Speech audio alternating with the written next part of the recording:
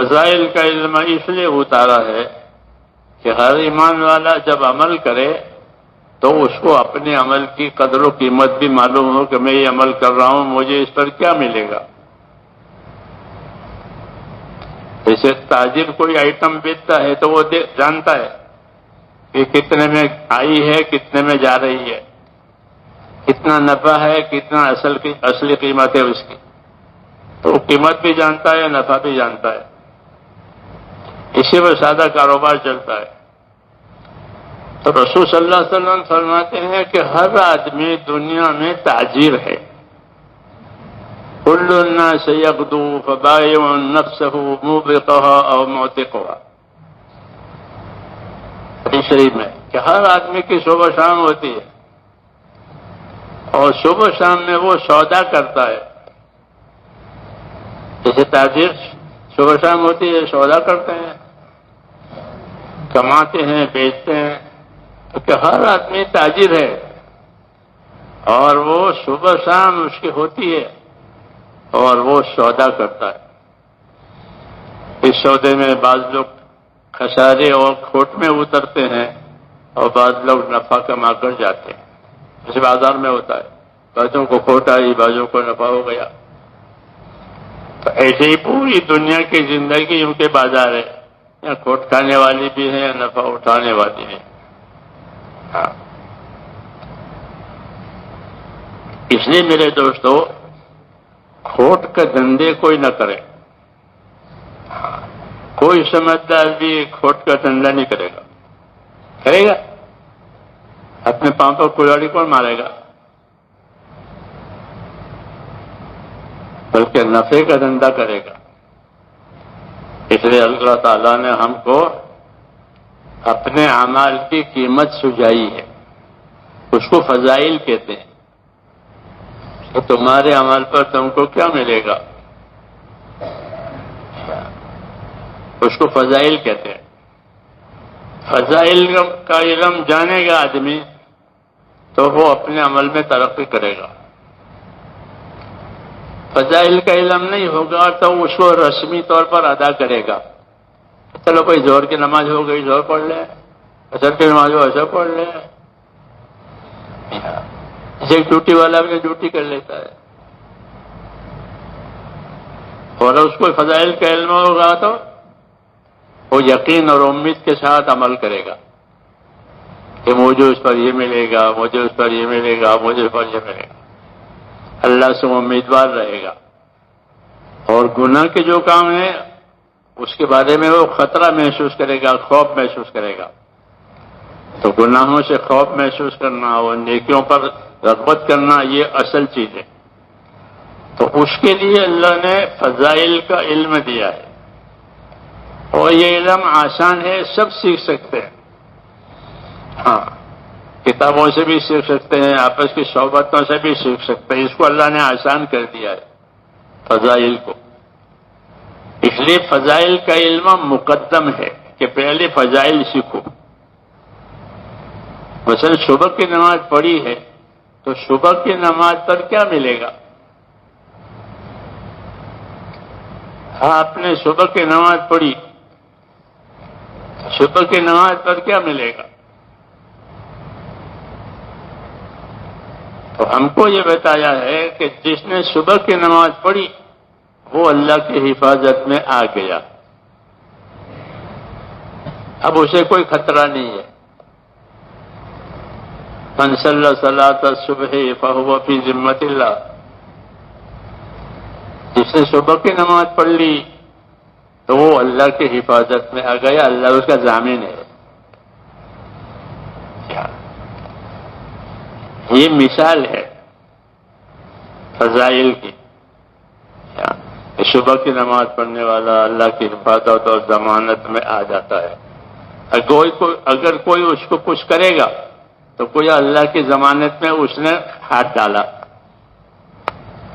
اس کو کیوں مارا، اس کو کیوں ستایا، جب وہ تمہاری ضمانت میں ہماری حفاظت میں تھا۔ یہ فضائل کہلاتے ہیں۔ حضور صلی اللہ علیہ وسلم نے فضائل بہت تفصیل سے بتایا۔ تفصیل سے اس لیے کہہ رہا ہوں کہ اصل عمل کے بھی فضائل بتائے ہیں، اور اصل عمل تک پہنچنے کے جو راستے واسطے ہوتے ہیں اس کے بھی فضائل بتائے۔ مثلا نماز کے فضائل، صرف نماز کے فضائل نہیں بتائے کہ بھئی تم ایک نماز 5 نماز پڑھو گے تو تمہیں 50 نماز کا ثواب ملے گا، یہ تو طے ہے کیونکہ وہ اصل 50 تھی، 50 تھی، پھر ہلکا کر دیا حکم، لیکن نتیجہ ہلکا نہیں کیا ہے، نتیجہ وہی رکھا ہے کہ تم 5 پڑھو گے تو تمہیں 50 نماز کا ثواب ملے گا، کیونکہ 50 فرض کی تھی، تو تمہاری کمزوری سے وہ ہلکا کر دیا۔ تو اللہ کہتے ہیں عمل میں نے ہلکا کیا لیکن بدلہ ہلکا نہیں کروں گا، بدلہ جو دینا طے کیا ہے وہ کروں گا۔ یہ اللہ کے کرم کی علامت ہے۔ ہاں، کیونکہ اللہ بیپاری ہوتا تو جتنا مال واپس ہویا اتنا پیسہ واپس ہو جائے، لیکن اللہ بیپاری نہیں ہے، کرم کاری ہے اللہ۔ جی ہاں، اس لیے معاملہ کرم کاری سے کرتے ہیں۔ تو میں نے کہا اس کے لیے فضائل دیے، اہمیتیں بتائیے، یعنی ایک عمل کا وزن، تو آپ فضائل پڑھو گے تو آپ کو اہمیت ملے گی، فضیلت ملے گی۔ اہمیت یعنی اس کا وزن۔ فجر کی 2 رکعت نماز سنت دنیا ما فیہا سے بہتر ہے، یہ اہمیت ہے اس کی کہ فجر کی 2 رکعت نماز سنت یہ دنیا ما فیہا سے بہتر ہے، اس کی اہمیت بتائیے۔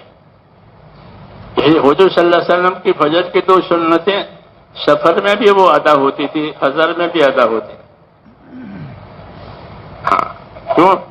وہ بہت اہم ہے۔ سب سے زیادہ تاکید سنت موقعہ ہے نا، تو سب سے زیادہ تاکید فجر کی 2 سنتوں کی ہے، موقعہ ہے، اور سب زیادہ تاکید اسی کی ہے۔ حضور صلی اللہ علیہ وسلم اس کو اول وقت میں پڑھتے تھے صبح صادق کے ساتھ، علماء کہتے ہیں اس کو صبح صادق کے ساتھ اول وقت میں پڑھنا مستحب ہے۔ ہاں، اور اس کی یہ اہمیت ہے کہ وہ دنیا ما فیہا سے بہتر۔ ہاں، ہلکی پڑھتے تھے آپ صلی اللہ علیہ وسلم، لمبی نہیں پڑھتے تھے۔ فجر کے 2 سنتوں کو عائشہ صدیقہ کا بیان ہے کہ بہت ہلکا پڑھتے تھے آپ اس کو، لیکن قرات پوری کرتے تھے، نماز ہلکی ہوتی تھی۔ یہ سنت طریقے بتائے ہیں، سنتوں کو ادا کرنے کے سنت طریقے، کہ فجر کی 2 رکعت سنت کیسی پڑھو گے کہ ہلکی پڑھیں، ہلکی پڑھیں گے، جیسے قل یا ایھا الکافرون پڑھے کوئی، قل هو اللہ پڑھے، ایسا۔ تو اس کا ہلکا پڑھنا بھی، ہلکی پڑھنا بھی سنت ہے، اول وقت میں پڑھنا بھی سنت ہے، اور یہ اس کی اہمیت ہے، سنت ہے۔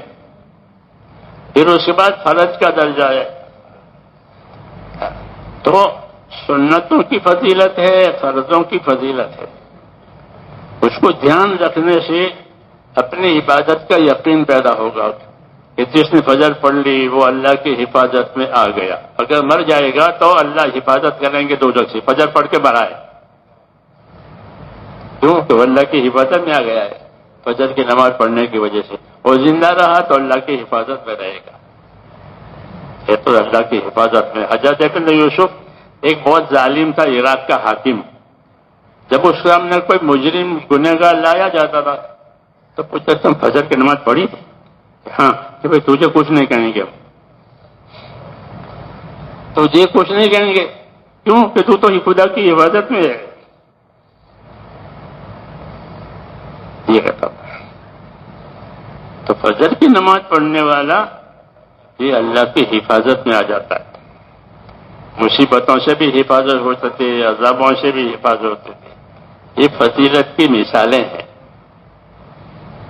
ہاں، کہ فضائل کے ذریعے سے اس کی قدر و قیمت معلوم ہو جاتی ہے، فجر کی سنتیں، فجر کے فرائض، پھر اس کے پڑھنے کی کیفیتیں، کہ فجر کی سنت آپ ہلکی پڑھتے تھے، اول وقت میں پڑھتے تھے، اور فجر کی سنت پڑھ کے دعا بھی پڑھتے تھے، اس کے بعد کی ایک دعا بھی ہے، کس کو یاد ہے؟ ہاتھ اٹھاؤ، کسی کو بھی یاد نہیں؟ اب بس نہیں یاد ہے؟ فجر کی سنتوں کے بعد کی دعا،